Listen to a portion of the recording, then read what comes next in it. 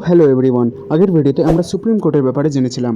এই ভিডিওতে আমরা হাইকোর্টের ব্যাপারে কথা বলবো। আমাদের দেশে 1862-তে একসাথে তিনটে হাইকোর্টের স্থাপনা হয়েছিল, ক্যালকাটা, বোম্বে আর মাদ্রাজ হাইকোর্ট। সবার প্রথমে দেখা যাক হাইকোর্টের কি ইম্পর্টেন্স আছে। এটা পুরো স্টেটের সবচেয়ে বড় কোর্ট। স্টেটের সব রকম ম্যাটার হ্যান্ডেল করে। হাইকোর্ট আমাদের মৌলিক অধিকারকেও প্রোটেক্ট করে। হাইকোর্ট একটা কনস্টিটিউশনাল বডি, মানে এটা আমাদের কনস্টিটিউশনালে উল্লেখ আছে আর্টিকেল 214 থেকে 231 পর্যন্ত। যদিও সব স্টেটের নিজস্ব হাইকোর্ট হওয়া উচিত ছিল, কিন্তু 7th অ্যামেন্ডমেন্ট 1956 এর পর 2 অথবা 2 এর বেশি ইউটিস আর স্টেটস কমন হাইকোর্টকে শেয়ার করতে পারে। আমাদের দেশে টোটাল 28 স্টেটস আছে, কিন্তু টোটাল হাইকোর্টের সংখ্যা 25। এর মানে হলো কিছু স্টেটস কমন হাইকোর্টকে শেয়ার করে। এছাড়াও হাইকোর্টের হেডকে চিফ জাস্টিস বলে। আর আমাদের কনস্টিটিউশন আমাদের হাইকোর্টের নাম্বার অফ জাজেসকে স্পেসিফাই করেনি, এই জন্যই সমস্ত স্টেটের নাম্বার অফ জাজেস আলাদা আলাদা। এবার জানবো হাইকোর্টের জাজেসদের এলিজিবিলিটির ব্যাপারে।